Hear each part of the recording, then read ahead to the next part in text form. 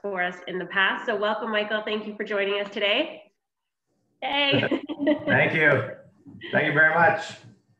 Awesome. So I know you put together, and we do have this on our workplace group as well. So you put together a how to survive a pandemic. So we've converted that to our webinar today, so you can discuss what you already shared with us. And then for those of you who want to review it again after the webinar, we do have it posted on the workplace group. So again, thanks for joining me today, Dr. Mike. That's my pleasure. Thanks for having me. It's happy to be here. Awesome. So if you'd like, we can just get started. We'll jump right in. And for those of you who have questions, we will be, we'll leave a few minutes at the end to address any questions you might have. So let's get started. And yeah, just let me know when you want me to change the slides. We'll get started at the top. Sure. So for those of you that I don't know, I'm not sure how many people are out there in internet world, but happy to have you join this webinar. And for those of you who don't know me though, I'm Michael Woodworth. I'm a professor at UBC Okanagan in Kelowna, which is about, for those of you who don't know the area, it's about 4 hours away from Vancouver. Been up there for the last 15 years. I'm also a registered psychologist, so we've been quite busy lately. And I've done some consulting and some other workshops with ZOLO as well. So really happy to be here.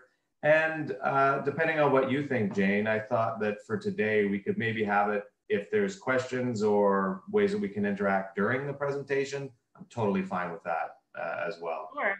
I don't really presentation per se. I thought I'd just more sort of go through some of the stuff from my slides, as well as a few other insights that I've got since then.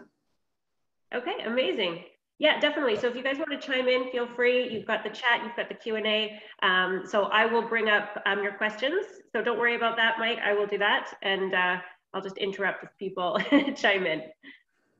Great. It's so weird. I don't know. Hopefully everyone there, speaking of distractors, has already watched, or if you haven't, definitely watched Tiger King. But every time since I've watched Tiger King, I want to say, hey, all you cats and kittens. It's a great way to start webinars. Yes, I think it's going to be picked up by a lot of people. So, okay, a pretty important point to start off with your marbles. And I think if there was ever a time where people might be feeling that their nerves are a bit frayed or that they're off at times, it would be right now. And in fact, just this morning, I don't think we're there yet, and hopefully we don't get there, but some of the places like Italy that have sort of been coping with this for longer, I just read an article this morning talking about how one of the biggest enemies now for sort of moving forward for people in terms of their well-being, the economy, relationships is what they're calling, it's a new phrase that unfortunately will probably hit us pretty soon, lockdown fatigue. So in terms of feeling like maybe if it's not even a full lockdown, but just that there's been some change in your routine or your ability to function, and kind of hitting a phase of that they're calling lockdown fatigue. And it's funny, I don't know if everyone out there is the same as me and a lot of the people I've been talking to. It's almost like going through different phases of this where you can feel all sorts of different emotions, just like you typically would when you have some sort of other major change in your life, whether it's positive or negative. And I think one thing to keep in mind right off the bat is that's totally natural and normal to be occurring right now. One of the other interesting things I've been thinking about recently to do with this is around anxiety. And one article put it best, an expert was saying, our brains are not hardwired to deal with uncertainty. We don't like as a species to be dealing with uncertainty if we have to at all. What we are hardwired to do though is to be alert to a threat or the cue of a threat. And I think that's one of the really important things to keep in mind is right now, we've sort of been cued that there's this threat that in some ways is very clear and in other ways is ambiguous about what it really means down the stretch and for each of us on a daily basis. And that's going on right now for each person whether they like it or not, and being aware of that and not at times letting your emotions get the better of you, I think is super important to be able to try and still be making as many decisions as possible when you're feeling a little bit more clear-headed. The great news is that if there were ever a time, and I think sort of one of the main points under this section around, you know, keeping your marbles, and I've been saying, you know, kind of circling your anxiety wagons, if there was ever a time for people to be focusing in on some of those core aspects of self-care and really honing your skills almost when it comes to things that can help you with your self-care, all the basics, right now would be the time. In fact, there's arguably never been a better time, unfortunately, for most of us in our entire lives, where just coming back to some of those core basics around getting enough exercise, which of course releases endorphins, it can make you feel better, enough sleep, eating well, all those kind of basic core needs. Right now, your body and your mind is going to be craving those. Also very important to keep in mind that, and it's great, I actually was just reading an article yesterday that lo and behold, ZOLO put out, and at one part in the article, they talked about, you know, at some point here, real estate will recover, things will get better and it will recover. And that goes for you as an individual as well, regardless of how you may or may not be feeling right now. All of us will recover from this and we will get better. And I think it's very important to always have that in the back of your mind as well. It's very easy for some of those uncertainties and anxieties to creep in. Maybe Yeah, absolutely. right there for now, Jane, and let you say something, or if there's any questions or comments, clarifications. Yeah, no, absolutely. We will get through this together. We do have somebody just saying that they can't hear you. I don't have any other complaints, so hopefully everybody can hear you okay. If that's not the case, please let me know. But it looks like we're okay to proceed, so just checking. Yep, audio is perfect. Okay, yeah, everything seems good here. Any other questions on that first section or comments? I'm just seeing if I covered all the main things I wanted to as well. Yeah, so definitely keeping in mind the basics of self-care. Exercise and eating well is probably a challenge for a lot of people, but so many resources are coming out. There's so many free at-home online workouts that you can do, which is great just to keep busy, just to keep stretching at home, and certainly the eating well. I know that can be challenging sometimes. In fact, you might want to make it a goal that if you can think about 3 things in the next week that you could do that could be solely focused on aspects of your life that would improve your just overall self-care and well-being. If you could try and make a goal of 3 things in the next week. And I know for some, the logistics of that and the difficulties of that under the current circumstances may make it fairly challenging. But if you ever had a time where you had the excuse, for those of you who might have difficulty with some of the aspects around self-care, I put that goal out there to everybody, 3 things in the next week. And that can be anything, even for something where you wouldn't typically take the time to be reading a book that you've been meaning to read for a long time. And lots of different things can count, but make sure you're acknowledging those and being as mindful of those as you are with some of the other anxieties and challenges that will be, I'm guessing, for the vast majority of people that are listening right now or participating in this right now, will be there. Absolutely. So we do have a question about managing working from home while you have children at home as well. Yes, and I will come to that. I think we have that section coming up, but what I can say is that's definitely been one of the top 5 challenges I've seen expressed by people across all different professions that I've been hearing in private practice, that I've been hearing from colleagues as well, how to be able to keep some sort of routine while you might have children of all different ages. I can empathize with this. I have 2 teenagers at home right now, and they're very hard to pin down. they're like slippery fish, and they're all over the place. So I'll have some thoughts on that when we come to that section. But okay, great. I hear you. The good news is it's only 8:16 a.m. here, which in teenage time means that they're probably just going into deep sleep now. We won't be interrupted. That is the advantage of having teenagers. They do tend to sleep all day. So work can get done in the morning for sure. It's those of you who have little ones, I'm sure that's a little bit more challenging, but we'll get to that. All right, checking in. Right. So with checking in, again, it's funny, all these different aspects that we would be working on or hope we're working on a daily basis anyways. I think that the current circumstances have given us an opportunity to really think about and self-reflect in some ways on how we can be doing those things even better or honing our skills. And I've talked about a lot how I really feel this affinity with people in the real estate industry, and that some of the very same core attributes that I would need to have as a clinical psychologist are what people in your industry need as well.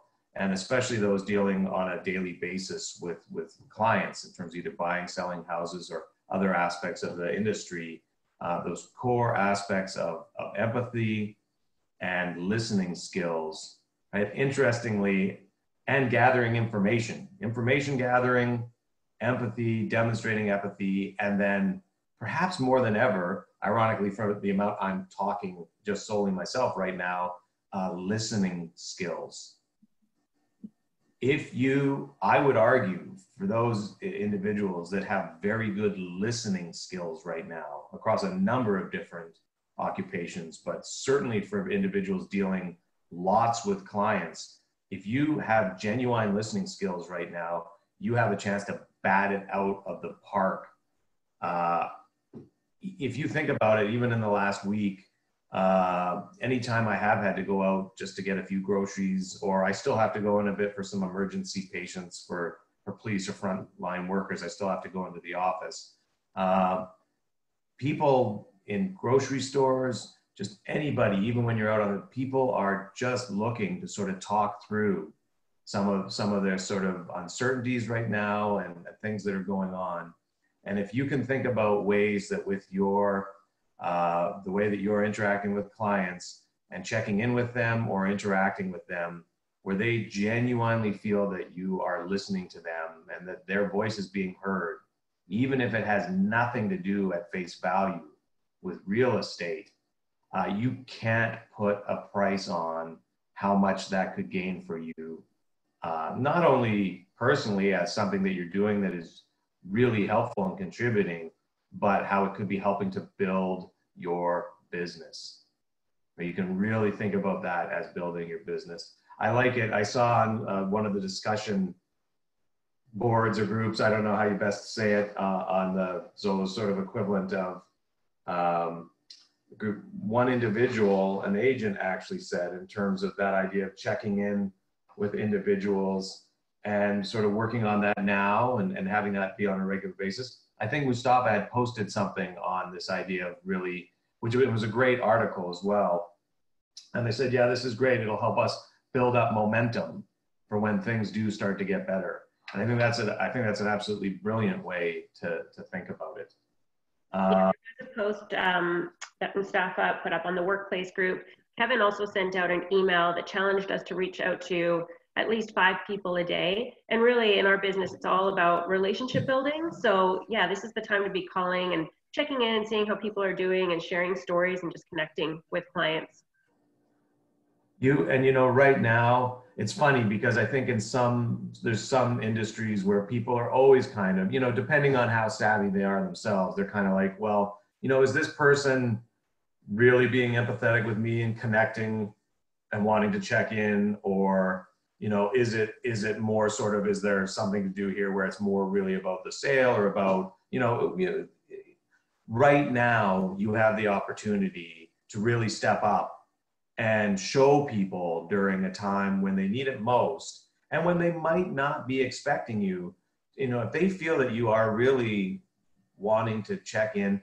I mean, it's funny. I had a friend of mine. He moved to Kelowna, and he interacted with a realtor here that we knew, that we'd had a really good experience with, and bought a house with him over on what we call the west side of Kelowna. It's sort of a ongoing controversy if it's part of Kelowna or after you cross the bridge of our town or city, or whatever you call it. You know, it's the west side. Is it really Kelowna or not? But anyway, I grew up in Kelowna, so I call it the west side. Kelowna. They bought a house over on the west side. Deal's done. House is bought. In fact, I think they'd been in the house for about a month. And we didn't have the full-on fires like we had a number of years ago, but we had a sort of outbreak of some fires on the west side.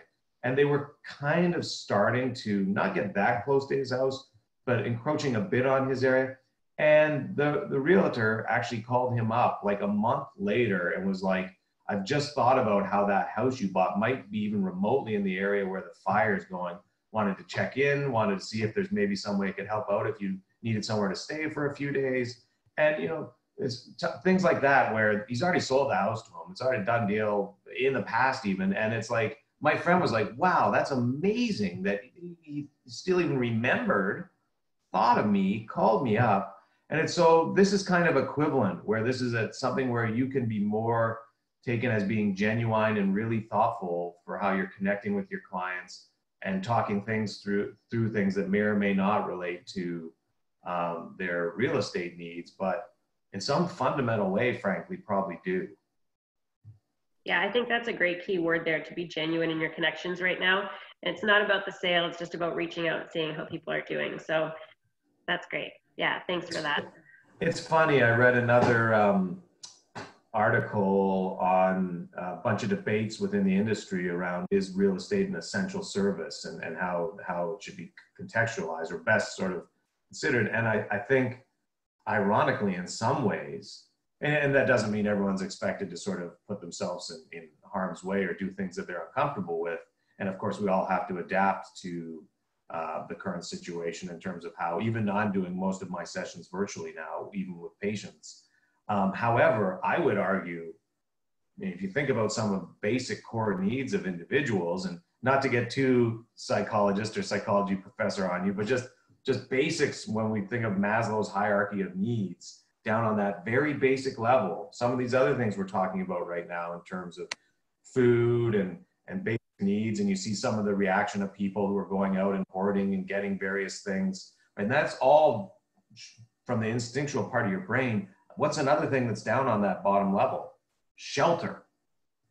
Right? And so things to do with your home and where you live, and people considering that and considering that for the future, or perhaps having this situation really make them kind of throw around where they want to go or what that means. If you can be that person for them right now, when the dust does settle, as it were, or even as the dust is settling, they're definitely going to want you around and want you as part of the equation. And so in some ways, ironically, there's never been a better time.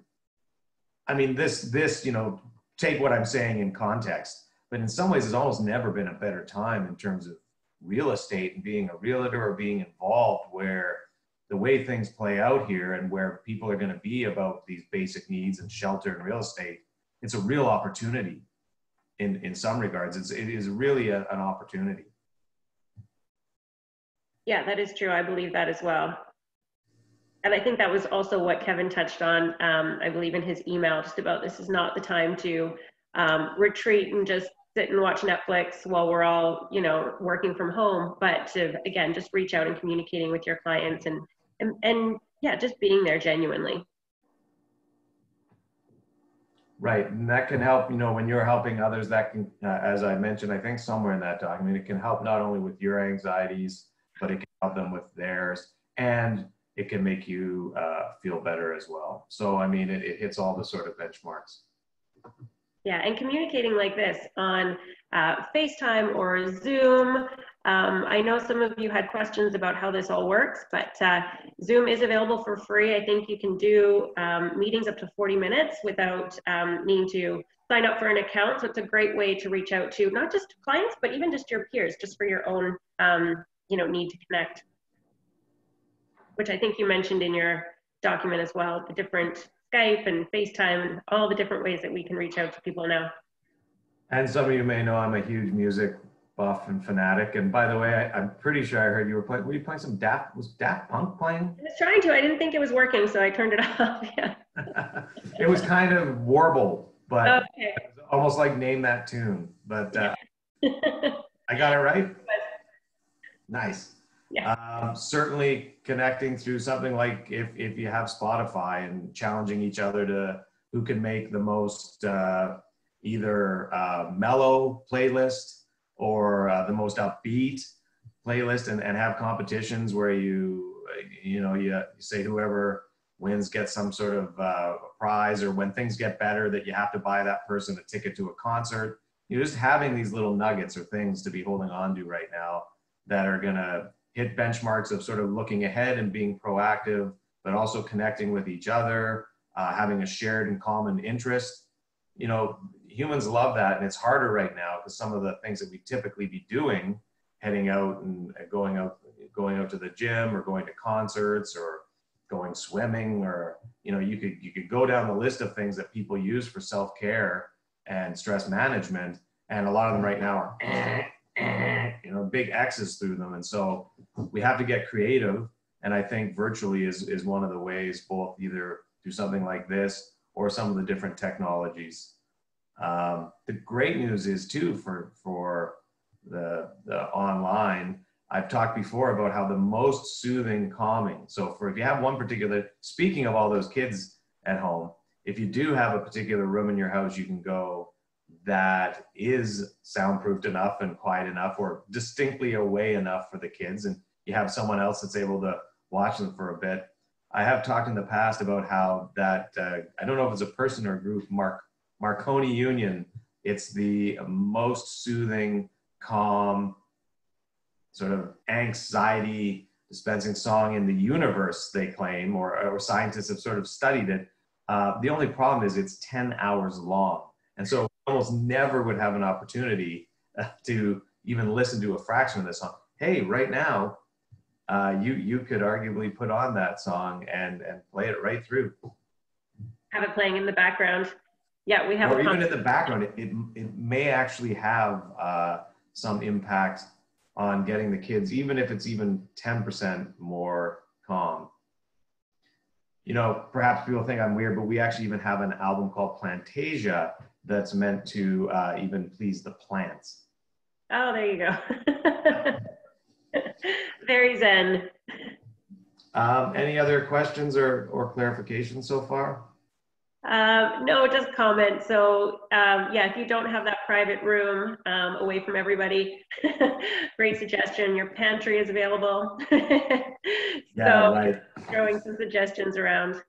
Music works, definitely. Oh yeah, for different podcasts or different online, that right now a lot of the musicians, and again, where you want to feel like you're having a bit of a timeout in your day, if you're doing a lot of your work day from home, a lot of the musicians now who are struggling and artists, they're starting to post online concerts, and some of them it's really heartwarming. You've got some individuals like couples that play together, they're posting from their living room or from their home, and instead of doing the concert that they would have done out in some venue in New York City, and you can donate, so you can feel like you're contributing, helping them out. You can have something that's going to help with stress management. You can have some beautiful music in your own home. You get to connect with the musicians on a different level because you're sort of seeing a window into their life that you probably almost never would have before. So be looking out for those opportunities at home as well when it comes to your stress management. Yeah, absolutely. Yeah, I've been listening to some artists on Facebook doing lives. So yeah, it's been very cool to participate in that. I believe it was either Kevin or Riley or Mustafa, somebody pointed out, and it reminded me, I saw this as well. There's even, I believe it's through Yale, there's a happiness course, and there's podcasts, and John as well was, because there's podcasts, you can take it right, correct me if I'm wrong, if somebody knows, or I apologize if I'm wrong. I believe you can take it for free right now. That's true. Yes. And it's all different elements of it. Some of it'll blow me out of the water in terms of really getting into things around happiness and self-care. Yes, that's true. It is available for free. And then I believe if you do want the certificate at the end, then you pay for the course. But yeah, no, it's available. So all the content is there to listen to. So yeah, that's, yeah, it's crazy what's coming out and what's available. So that's good to remember for sure. We have a comment here. Yeah, we have a question. How can we work with news on TV? What type of news can we actually believe in for stats? Oh, and there's a comment. It's the science of happiness from Harvard that we're talking Science about. of happiness, yes. All right, Harvard.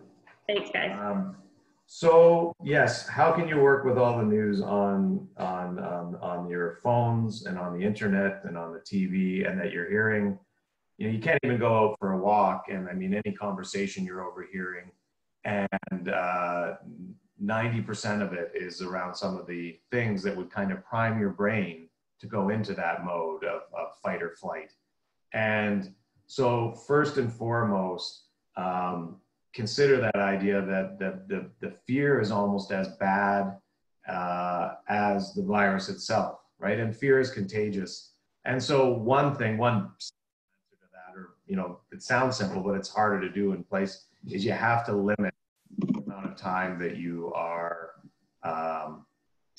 it's important to feel like you're staying informed and that you're educated, but going down the rabbit hole of one article after another and having your sort of uncertainties and anxieties mount is so easy to do right now. I have to admit, I even have a buzzer now on, I'll set a timer, and then I'll really commit to myself that I'm not going to break my, you know, I'll say, okay, I should be able to think about, one suggestion is, think about how many minutes you should need to sort of feel like you're reliably caught up or educated or on where things are at, either for being able to talk about with your family, friends, your clients, to help you feel best informed. Whatever that number is, say it's 20 minutes. Say, okay, for today, for 20 minutes, set a timer so that it starts beeping after that, and then make a commitment that if at all possible, you're not going to go back and be looking at things until, I mean, everybody's different, but some people would not until 6 hours later, you'll check in again for 20 minutes. And so try not to have it where it's interspersed throughout your entire day, where you keep getting these little distractions and it takes you back out of, you know, and one way to gauge if it's too much is if you think that you're either talking about or thinking about these things in terms of the negative or worrisome aspects of it, rather than things where you're trying to put some perspective on it or be proactive or positive, then you kind of know that you're starting to have an issue. This is something almost anybody, even mental health professionals, are struggling with, how they find that balance right now. I believe someone asked, how do you know if it's accurate information or not? That's a $1 million question right now. We're even doing research trying to look at language that would show it's more likely to be truthful or not. I mean, I could say all sorts of things around certain individuals or people where you can be pretty confident it's not accurate, but yeah, I would say anything that comes from the more reputable the source, or really, if you're able to, scientific sources, any articles that are put out by, again, I'm biased and not to, but any major university, or that if something in articles referencing studies that have been done, it's very easy though on any of the social media platforms to have people that say, oh, I know somebody that, or I saw an article, and it's like the telephone game where they're the eighth person that got it, and things have been magnified to where all of a sudden it's like, oh, I just heard from a really reputable source, you know, my partner or a close friend, that everything's shutting down and we all have to go home immediately, and then mass panic sets in. And so that's where people who are able to keep calm and keep perspective is very important. But number one would be limit the amount, and then have distractors in place that if you find like you're having difficulties with that, have those little nuggets, those distractors, have a list of those that you can jump over to, where you're like, okay, well, I've already got these other things planned out now in terms of my day. With that in mind, speaking of the home, if there's any possible way, and believe me, with 2 teenagers and of course bringing them up I know how tough this can be because all sorts of unexpected things can happen. If there's any way you can think of having a routine to your day, the more it can feel like there's some sort of routine or planning to it. And I talk about in the document this idea of conceptually, even if you can have a lot of people have a routine where they, to go to work, even if they're commuting to work, that they go through each day and that they do. If you can think of the equivalent that you would do to start up your work day, as it were, at home. I realize for those of you who don't have a separate space, yes, you can hide in a washroom or pantry. It's not very practical. Some of my patients are dealing with this as well. They can't really talk to me in their home.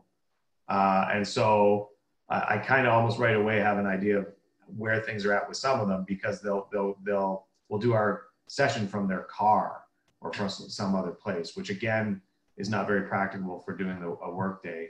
But if you can think of any way to have a routine as part of that day, or the routine to sort of prep up for the day, this can be very, very helpful.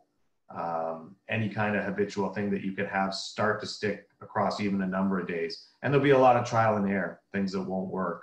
But if you really stick to it, as much as humans hate uncertainty, they love things that they can sort of have as a routine or feel like they're getting into planning behind. That's another reason we're all, some people are struggling right now, is because this is the exact opposite of that in terms of what you can sort of have planned out or routine. So if you can figure out clever ways to do it, this will really help. Yeah, I think we often talk about this in January, right? Structuring your day, what you want your year to look like. So I feel like now is a good time to revisit that and structure your day so that you are following up with past clients, you are connecting with them, you're limiting the amount of news that you're taking in so you're not overwhelmed by that. So yeah, all of the suggestions you just made, and just restructuring your day so you know what to expect as well. So you can anticipate that routine.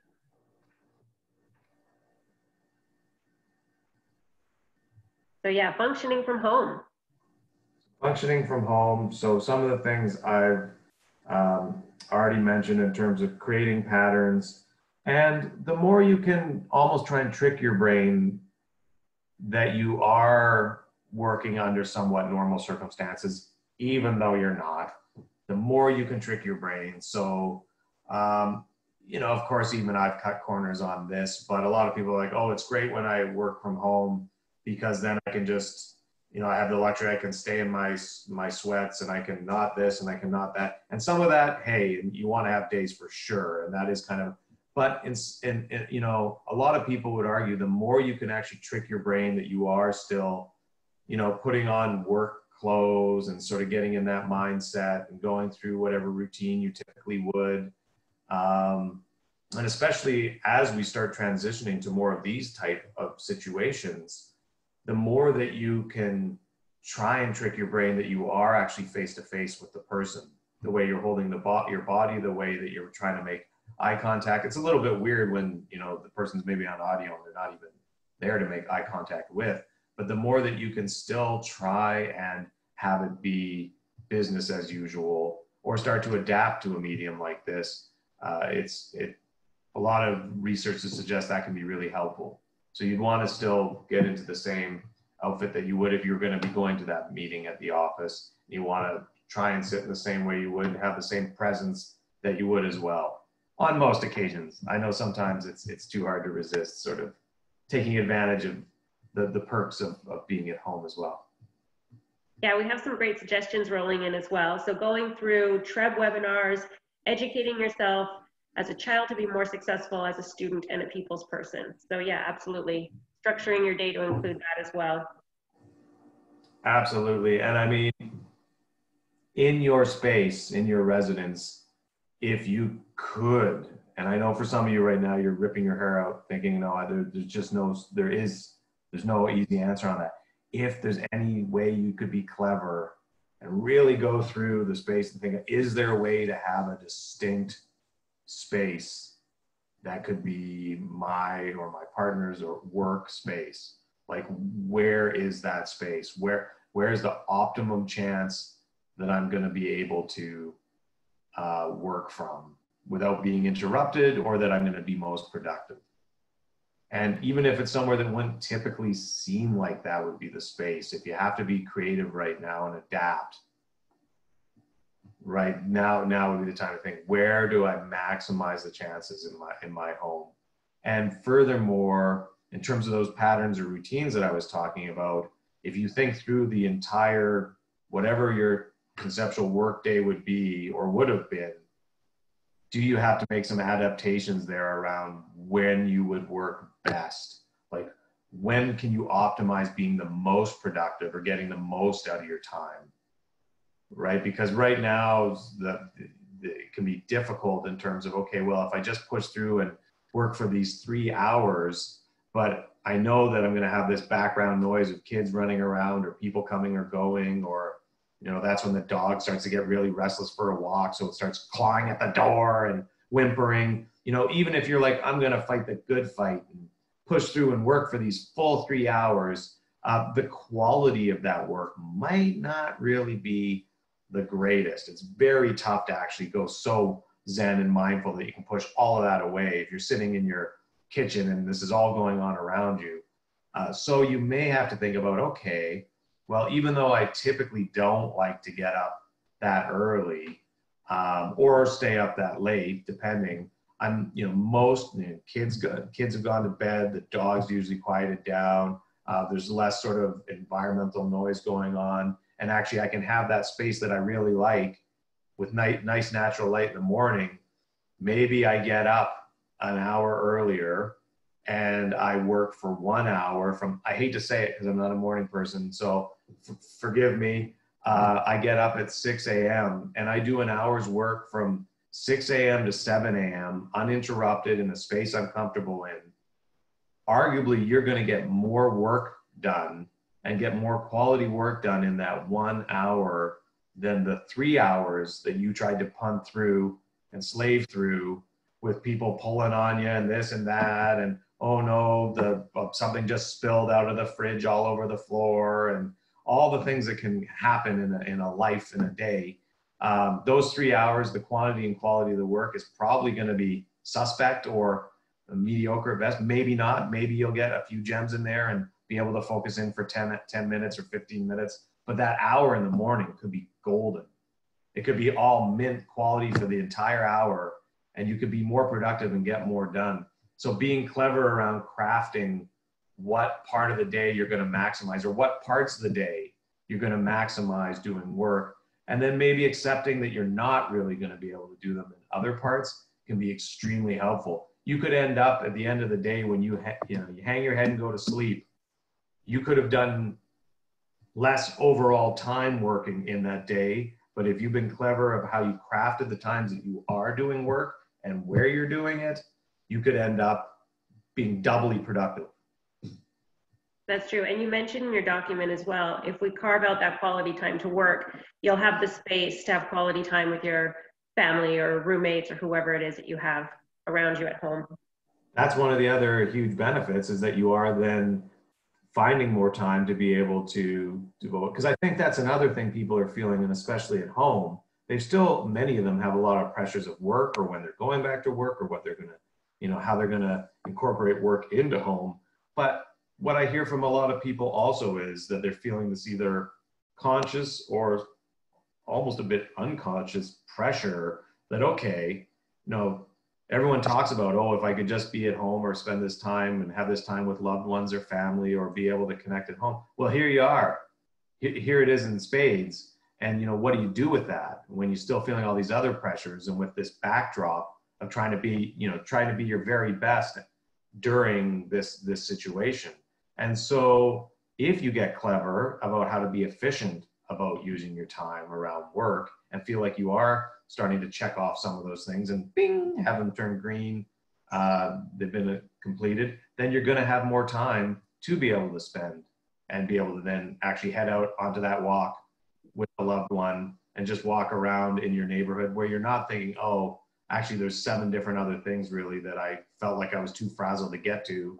And now I'm supposed to go on a relaxing walk, but I didn't get any of them done. So if you can be more efficient about your time, then it helps you to be more genuine and in the moment for some of those other aspects of self-care and connecting with others. Yeah, absolutely. It's a great point, Jane. That makes sense. Yeah, and then you talk about, which we've already touched on, is boosting productivity at home, and then, yeah, having that quality connection with those around you. So trying to communicate more instead of less, even though we're working remotely. So being clever about working from home. And figuring out if there's ways that you can be, and I've read some of this, and of course, because it's not entirely my profession, but seeing how you can adapt or switch over or be creative with what, even independent of the current situation, seems to be sort of seeping into many of our environments. And even outside of this, for example, even outside of this, there's talk of some sessions, even with a psychologist, going more virtual.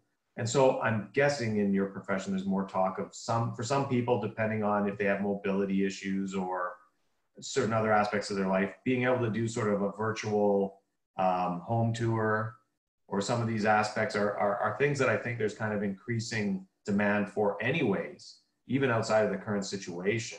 And so right now is, quote, the perfect opportunity to really start to build up those skills, or think about what your identity as an agent will be after things start to settle down, to be able to do virtual tours and to be able to do these things, and learning these skills through Zoom or other mechanisms, or ways that you can incorporate those technologies into all those basics around face-to-face connection, which unless I'm totally naive, I don't think those are ever going away. Could be wrong, the amount I see my, the younger generation interacting without that, but I do believe in essence, even the human voice, even the sound of it is something that we instinctually find soothing. But thinking of ways you can get creative and clever around virtual technologies and ways that you can connect with clients that way, all of that is going to benefit you in after the fact as well, right? This is a way you can feel like you're being very productive and proactive. Even I have to admit, it's not one of my main fortes. And so I'm thinking about this as an opportunity to be able to learn and create some new skills, and also to try and get ahead of the pack where, everybody's going to be having to do just a standard, whatever a standard virtual tour of the home is, or be able to take a person through and show them or do some aspect of it. And so then I start thinking about, well, what's a way that I can kind of make it my own unique sort of signature, or something about it? Like, is there certain music that I play that people would associate with it? Or is there some way that I do the virtual tour of the house that's unique to me, where they're like, oh, isn't that clever? Instead of just doing the standard where it's like, here's the kitchen, here's the da-da-da, now I'm gonna walk up the stairs. And the whole time the person's like, well, yeah, but I wish I was there to see it. Or like, oh yeah, is there some way you can one up it and think of something that, a lot of other people haven't thought of, that would really make it a little bit more engaging from a virtual presentation standpoint? Is there some sort of niche thing you can do there in terms of, when I think in sort of my forensic psychology and the stuff I do with the police, I always go back to this idea of, your signature, which has a very different meaning for me in law enforcement stuff, is very bad, or modus operandi, right? Like the way that you kind of routinely go through your process. You have your modus operandi probably down for how you do that face-to-face and how you interact with clients and individuals. But what would you think about it. What would my modus operandi be? The way that I do my sort of routine and behavior and all the benchmarks that I typically do, what would that be online? And what would that be virtually? Like, how do I adapt to do that now for the time being out of necessity?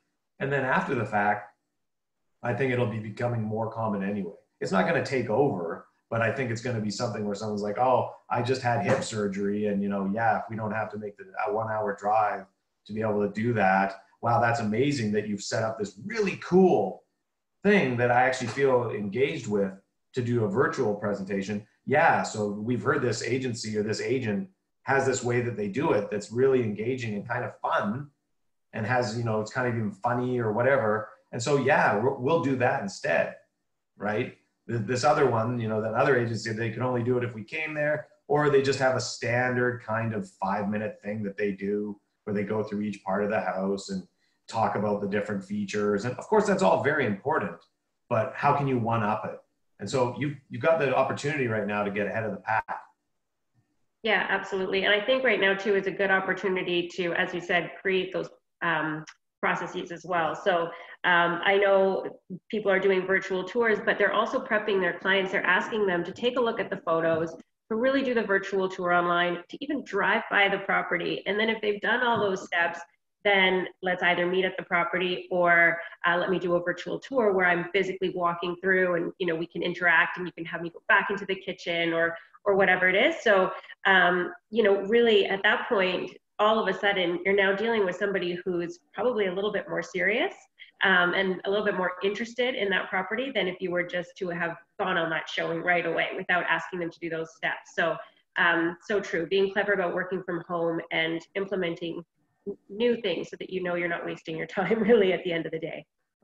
It's a great point, Jane, too, that you're also demonstrating to clients right now that in terms of, it's funny, I think everybody's really respecting now where they feel like if there's a company that is able to be clever about how they're having people still be proactive about thinking about either buying, selling a house or real estate, and also kind of respecting this idea around social distancing as best possible, at least, and incorporating enough things into how they're running their business where they're suggesting, hey, right now I'd love to be able to, but why not for now you drive by or we do it like this, and then if it gets to this part, then we'll, right? I think it sends a message too in terms of overall social consciousness and those type of elements that really resonate with a lot of people, where you've got somebody thinking, oh, well, that's funny, even though it's sort of been recommended we don't this. I have this other agent who's still really pushing me to this, but this other one seems to be taking this approach where it's kind of combining, adapting, really adapting to the current situation and being creative about it. And that makes them feel like you not only, if they feel like you're caring more about the overall environment and community and thinking of ways to give back or be helpful, it can't help but have them think that you more genuinely feel that about them as well, right? It's sort of like, it's another piece of evidence for them that they've got someone with that genuine empathy and ability. It just happened to me yesterday. I was on the fence about, I just had a bunch of challenging therapy sessions. I was fairly emotionally spent myself, to put it mildly. And I was supposed to, because I wanted to support a local business, rather than just get the next part of a trilogy I'm reading, because one of my 3 goals I set was within more time to get through this trilogy of fantasy books that I've been wanting to read for a long time. I'm like, well, I don't want to go out of the house again as part of my commitment, but I don't really want to support and just get it through Amazon Prime. So I'm going to go to a bookstore and get it. If they'll do that, I wonder if they'll still let me do that. And it turned out, I'm like, oh, they're probably not even, they were open.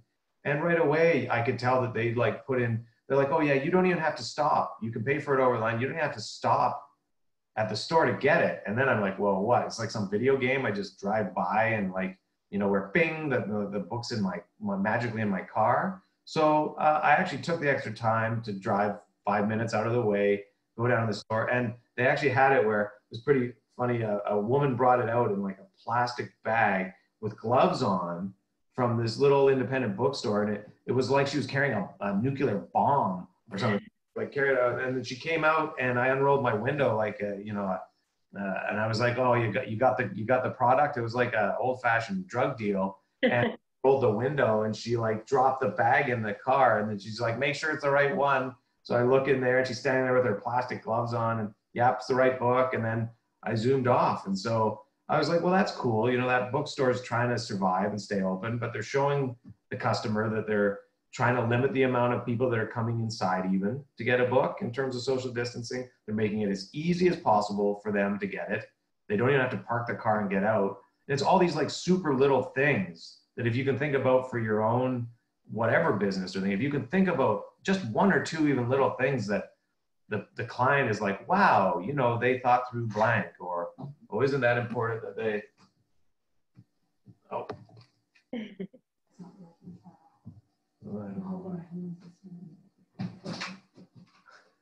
Yeah, we did just have a comment come in about exactly this. Just, you know, asking your clients to bring maybe their own mask and gloves if they are serious about viewing a property in person. And that's even something that you can do if you're able to find the materials, if you're able to find the gloves, if you're able to find the Lysol wipes, maybe having a little plastic bag that you have for, you know, clients who do want to see properties in person. So that's something that you can add, of course, to your showings, again, if you are going to be doing showings in person. So yeah, anything you can, anything for peace of mind, even something very, very basic that just showed you kind of thought through this, or something that you would be like sort of recognizing that this is a different situation and that this is a challenging situation, but that can kind of show that you've put that extra little thought into it and to help the person. And even if it doesn't really give a person more peace of mind per se, or even if it's not, even them seeing that you've been making those efforts in terms of when you're doing a showing or having that, it can go a huge way right now. I have to switch. Speaking of trying to do the right room and the right space, we've got overlapping demands. My wife has an important work Zoom she has to do, and wants to switch rooms with me. Not entirely sure why, but so just give me 2 seconds here. No problem. So I think the next talking point was about helping others. What you're doing right now, you're switching rooms. I am. There we go. You know, she's not going to get far without that. Hold on. Great coffee here. So yeah, if you guys have questions, feel free to chime in. We have a few more slides and then we will open it up for questions at the end. So again, please interact with us, chat with us. You know, again, we're talking about helping others, and then coming up, we'll talk about what to do. So, you know, I know how to do it. I'm just going to quarantine. Okay. Thanks, honey. You're welcome. Yes, this is actually something I think many of you can relate to. My wife is an elementary school teacher, and I'm not sure what the situation is there, but let's just say there is a ton of stress about how to bring kids back, if they can bring kids back, which kids they can bring back, how they can support parents who are working or are responders and yeah, anyway, so they are having, I've overheard some of their Zoom meetings, and it's tense to say the least and stressful. There's a lot of very heavy emotion going on. I can imagine. So helping others. So we were kind of talking about that already, but I think, were there any questions or comments while I was transitioning there? No, not about this. I think we've addressed everything that's come in. So yeah, helping others. And then I mentioned we'll also be talking about project time, what to do while you're self-quarantined. And then I think we'll be almost out of time. So yeah, I forgot to ask how long are these typically. I don't want to, if anyone's like, oh, these are usually only, and I don't want to be keeping people. No, this is great. Okay. Helping others. Again, we've kind of touched on this in terms of, you know, during this time that, you know, that's sort of cliched in times of need, but I mean, we really are in it. I've never had anything while I've been alive where if you're able to step up to the plate and be in some sort of leadership role as it pertains to helping others in the community or some sort of project or reaching out to others, not only can this help you with your own coping, but this will be recognized, acknowledged, and remembered. And as it pertains to who you would want to be then interacting with, either virtually or on the phone or face-to-face, and making one of the biggest decisions of your life and putting your trust into around a very difficult decision, if you know, anything you can be doing right now that would be demonstrating your ability to adapt to the situation and be thinking of others and reaching out to others can be extremely beneficial, even from a perspective of how you are working right now on your business and your occupation. So these things count as work right now, and they can have a ton of benefit as well for you as an individual in terms of your own well-being and mental health. Yeah, absolutely. So keeping busy by helping others. And then you also have some other suggestions here. Project time. All right, project time, where you think of something where I think all of us in terms of having some sort of other project or thing that they've wanted to work on over the months or years. Now's an opportunity where you really focus on and people are, asking, how do we not focus on the news, or how do we limit the amount that we are? If you can think of something else to engage your time, and that's where, if it's a project that you think of that's going to maybe help out in the community or help others, another benefit is, there's a lot of time where you're worrying about things and thinking about some of the implications for yourself. If you're thinking about somebody else, by default, you're not thinking about yourself. And so if there's times where some of the uncertainty or stressors that you're feeling individually are becoming a bit overwhelming, then just take the focus off yourself. It can feel really empowering if your key focus is on others and some sort of other project. This can be really beneficial for a person. Just take the focus completely off yourself and put it either on helping others or some sort of other project. If you have time go by, it's fun, not to bring it up again, but my wife, when we were watching Tiger King, she said, after one of the episodes, she looked at me and she said, "How much did you think about the coronavirus that entire 45 minutes?" And I thought, wow, Tiger King's giving therapists a run for their money. Feeling better. I didn't think about it once. It didn't come into my mind once for 45 minutes. So from a perspective of escapism, any projects or things that you can be doing, that's why something like helping out in the community, or trying to even think about ways like a project could be, whenever you can combine these elements of self-care and, sort of double down on, okay, well, I'm going to have a project is that I don't really understand about how to do stuff virtually. Or I want a project to think of 3 things that are going to make me unique, where you can combine that in. If you can combine a project that incorporates either things to do with your work or with helping others, or, other loves or passions in your life, then, you really start to, you get it from these combined sort of payoff.